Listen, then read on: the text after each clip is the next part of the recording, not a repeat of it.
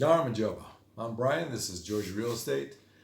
Many things are important to know about when you move to a different country or even in your own country. Today we're going to be talking about banking. Quite important. We know, I think in the U.S. and most other countries, you kind of have to pay money to put your money in the bank. The bank's not working so much for you. It's kind of losing money using the banking system. So you might ask, well, how good is the banking system in Georgia?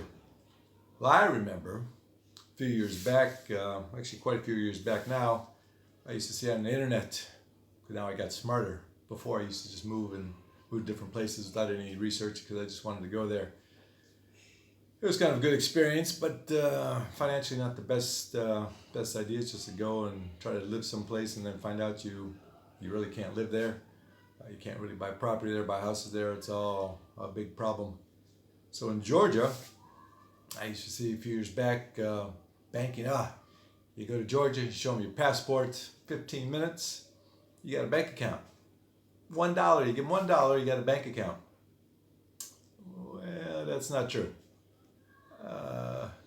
It's probably, well, I don't even know anymore, but I do kind of know. I've opened bank accounts in Malaysia. I remember the first time I moved to Malaysia, I opened a bank account. It was quite simple. Wasn't that difficult. It took me, I don't know, actually 5, 10, 15 minutes to open it up. Wasn't that big of a deal. They didn't have to call around and get permission from anybody or their headquarters or anything. But in Georgia, maybe it was that way 10 years ago or so. But recently, actually in the past year or 2 years, I've opened up in the past 2 years 2 accounts, 2 different banks. And one is a big bank, national bank in Georgia.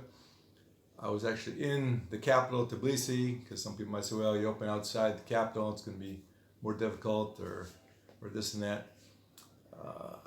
I bought some property.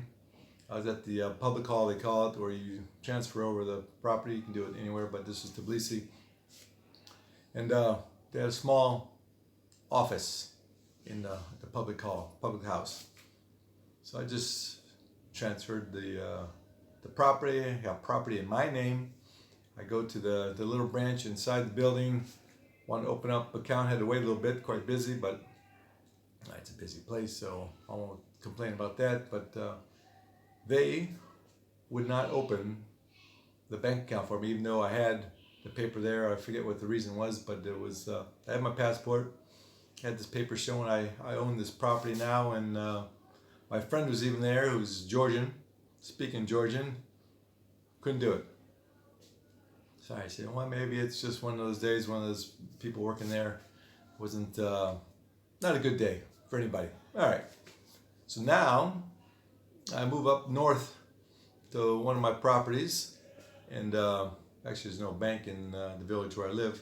So the next biggest city is about 20 kilometers away. I go over there with a different friend who's Georgian, and man, it must have took about 2 hours.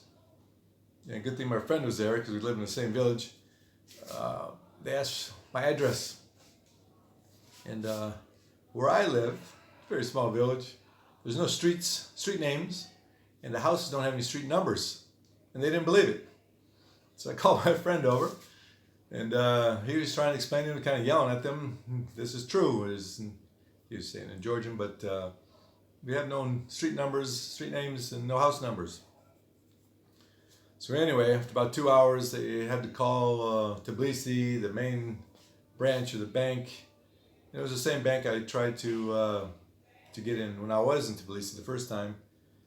So anyway, they say, go out for about an hour, go get some lunch or something, and we'll wait for the return call from Tbilisi. Before that, I was filling out all sorts of paperwork, and it was taking forever, and I couldn't believe how much paperwork there was to fill out.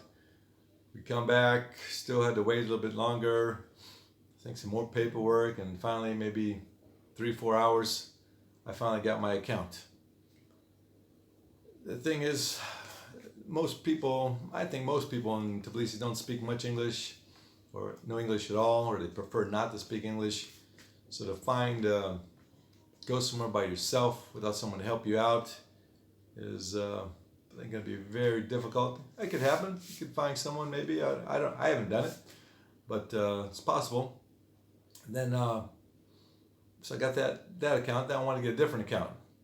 So now I saw there was a foreign-owned bank in Georgia. I wanted to open up for various reasons, but now it was in the other city, about 25 kilometers the other direction. So I thought, all right, let me go down there. It's a foreign bank. I'm a foreigner. Shouldn't be that difficult because they deal with foreigners. They're a foreign bank. Drive down there. It says about 25 kilometers each way. It was a little difficult to find. It was difficult to get parking. Not much parking. The bigger cities are quite difficult to find parking in Georgia. Get inside. There happened to be a girl at the front that can speak pretty decent English. So she was kind of helping me and telling me to wait and this and that. And then probably waited for about an hour. Finally got to talk to somebody. They had to call Tbilisi. Call them their main branch in Tbilisi. So I said, all right, well, I'm not going to hang around. Sorry, it's coming up 2 hours now after waiting all this time and waiting to call. Send me a message. Call me, let me know. So I go back home. About 2 weeks later, I didn't hear nothing, so I had to go back into the town anyway for something. I thought, let me go back to the bank, see what's happening, what the news is. Come back in the bank. I said, what happened? He said, we called you. I said, no, you didn't. She said, yeah, we did. I said, well, I should know. It's my phone if you called me or not. Anyway, they claimed they called me. He said, well, what was the message then? Oh, just wait a minute. So I had to wait again. So I figured since I'm there, I had nothing to do really that day. I'll stay. This time, and I had to wait again. They had to call Tbilisi, the main headquarters. I left a little bit, walked around a little part of the town there. It's a bigger city, but I just wanted to get out a little bit. Walked around a little bit, came back. I was there about 5 hours. Yeah. And what I wanted to come there for, they didn't even know what I wanted. It was on their website, what I wanted to do. They didn't know about it. And then I had to show them. They had to look it up on their own website, call down the manager, this and that. Oh, it was terrible. Anyway, and I was by myself. So anyway, I decided since I was there, I'll open up an account, but I won't take the what I wanted to get. So maybe I'll do it later because I was tired of waiting already after 5 hours. Anyway, kind of the point is, you hear a lot of things on the internet. Obviously, you know most of them not true. Someone will watch one website and then they kind of cut and paste, put it on their own website, their own video channel. They take it, they just repeat it. They know nothing about it. And it might have been something that was true, but maybe 10 years ago. And 10 years ago, the price for property in Georgia was really cheap. Now it's not as cheap anymore. It's still cheaper than in the U.S. or some of the bigger Western countries, and easier. But open a bank account, 3 different cities, 2 different banks recently, well, the past 2 years now. It's not that easy.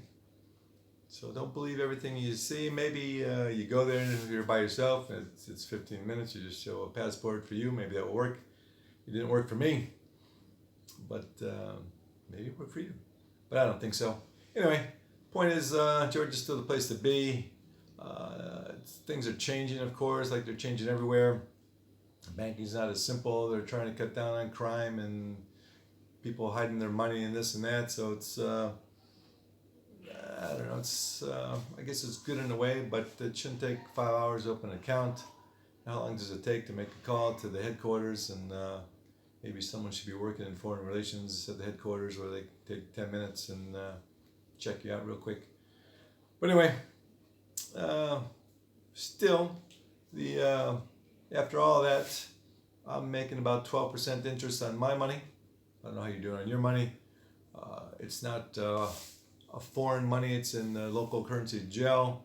It's 12%, but yeah, that's where I want my money. That's where I'm living. That's where my properties are. That's what I want. So 12% on local money. It's good for me because it's